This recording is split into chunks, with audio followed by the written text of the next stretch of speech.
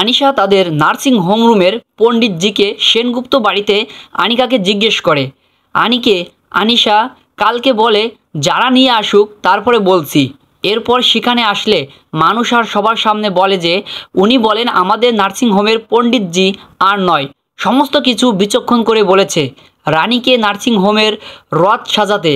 একথা শুনে শুক্লারিনীকে বলে পণ্ডিতই যখন বলেছে তখন তোমাকে দায়িত্ব নিয়ে সাজাতে হবে।